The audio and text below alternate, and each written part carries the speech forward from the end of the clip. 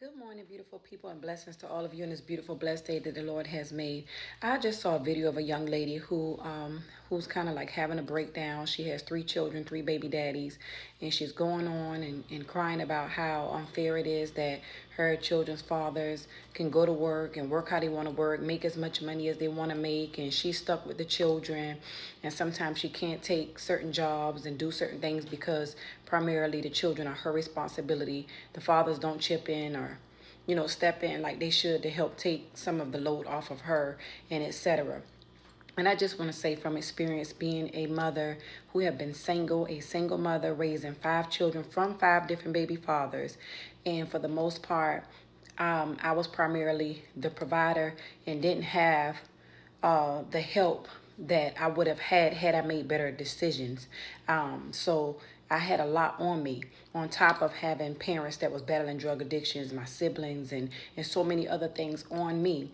But I will say this to the single mothers who made choices to put themselves in these difficult situations, regardless of how you was raised, regardless of what you came from, your background, whatever, you made a choice to have those children. And the worst thing that you could do to yourself is to victimize yourself and allow yourself to become consumed with who should be doing what and consumed with who got what and who not doing this and that. You just got to do what you got to do, because at the end of the day, even though you may have not known better, even though you may have made certain decisions because of certain past traumas and because of where you came from, because of different circumstances that you've had to endure in your life, your mental state, whatever, you still have to be accountable for the choices that you made as a person. And so with that being said, at the end of the day, you made those children. Yes, the father should step up, but you can't make people do what you want them to do. And at the end of the day, those children are yours. So you got to put all of your focus and all of your natural energy into doing what you can do for those children. And what you can't do, you got to trust the Lord with the rest. But you will drive yourself crazy. You will make yourself more depressed, more oppressed by dwelling and focusing on what the father's not doing. Go and take them for child support, get what you're going to get from child support, and anything extra outside of that, don't even concern yourself with what they're doing or not doing, and do what you can do and trust God to do the rest. Because at the end of the day, like I said, regardless of what your circumstances may have been in your upbringing or whatever your issue may have been for you to make the choices that you made those choices, and you have to be accountable. So you need to pull your pants up, girdle yourself up with God, get you a relationship with God if you don't have one, so he can give you supernatural strength and so that he can begin to provide for you. Because one thing about the God that we serve, his grace is sufficient, his mercy and his love and his power and his protection, it is sufficient, and he will provide what needs to be provided. And he accepts us regardless of what mistakes we have made. And he is a father to the fatherless. He's a mother to the motherless. He will give you what you need. He will make a way. You can't make people do what you want them to do. But we have a God who is our Father that will provide.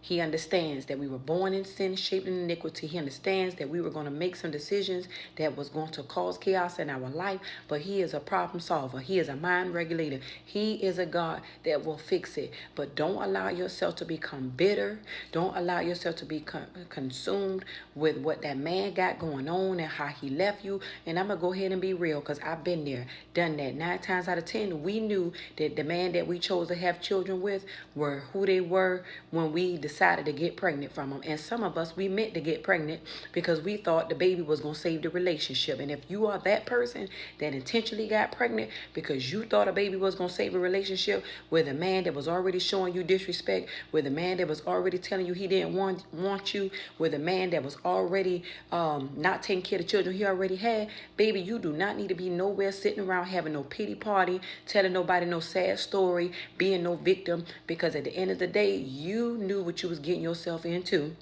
whether you wanted to be delusional or not, and try to, be with that man based off of what you thought he could be, off of what potential, he might possibly have, rather than accepting the reality for what it was and running for the hills, or at least not getting the baby out of the situation. But you went and got that baby that you wanted. That man even might have told you he didn't want a baby. That man might have even told you, hey, how you got your birth control, you're taking your birth control. You might have told a man you was on birth control and he believed you and decided to have unprotected, you know what. But at the end of the day, for those men that may see this video, that's not excusing you, because at the end of the day, whether she told you she was taking birth control or not, it was your responsibility to protect yourself and make sure, since you didn't want a baby and you don't want to be responsible, that you protected yourself and avoided, getting a woman pregnant by protecting yourself, period. You can't trust people, even women. Women are very slick, very conniving, and any woman who have done that to a man, and I've never told a man I wasn't taking birth control, that I was taking birth control now, and I wasn't. I never did that.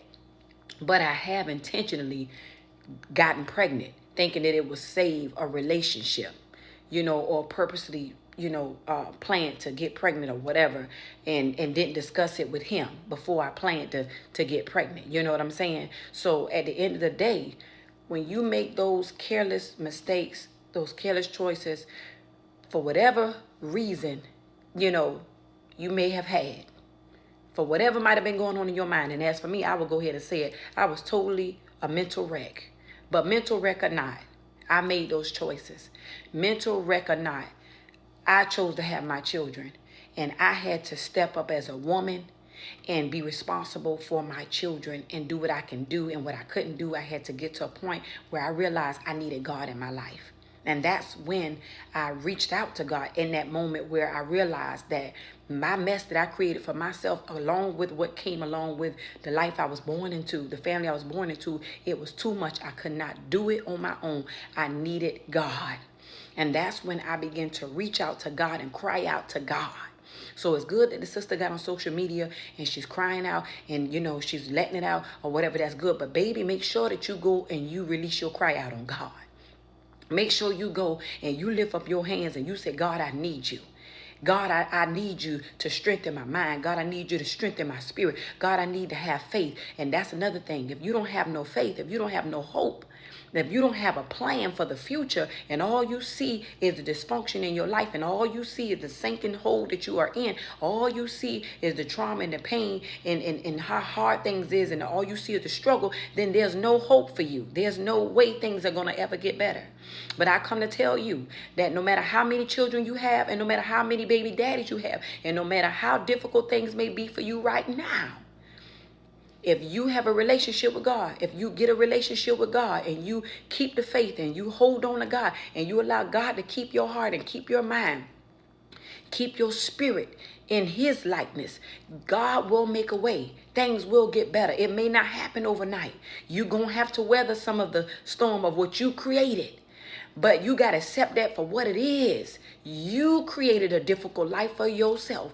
Yes, those men played a part in it, but you created a difficult life for yourself. So sometimes you got to forget about the men you made those children with. You got to forget about everything and just take accountability and do what you can do for your own life, for your own children.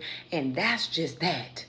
But I don't give women the type of, grace that some people give these young baby mamas, because I know better.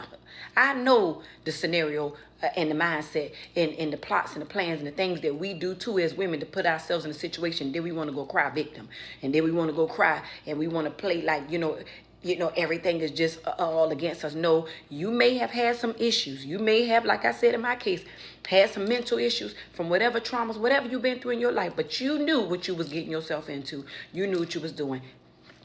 You're going to have your moments. You can have your moments of breaking down and it being overwhelming, but don't ever let your focus be on who's doing what and who's not doing what. Do what you can do, because at the end of the day, those are your children. And if you hang in there, your children are going to appreciate you one day. They're going to respect you one day. They're going to be a blessing to you one day. They're going to take care of you one day. Children are a blessing. No matter what mess they were born in, no matter how they got here, if God gave them to you, they are your blessing. Do what you can do, and don't overwhelm yourself with all these ideas of the best that you want to give your children, because you didn't have it or whatever. If you can't give it, you can't give it. Take care of them. Make sure they have the necessities of what they need. And baby, talk to your children. Keep it real with your children. Let your children know things won't always be like this, and it won't always be like that. But don't become bitter, and don't allow yourself to become a victim.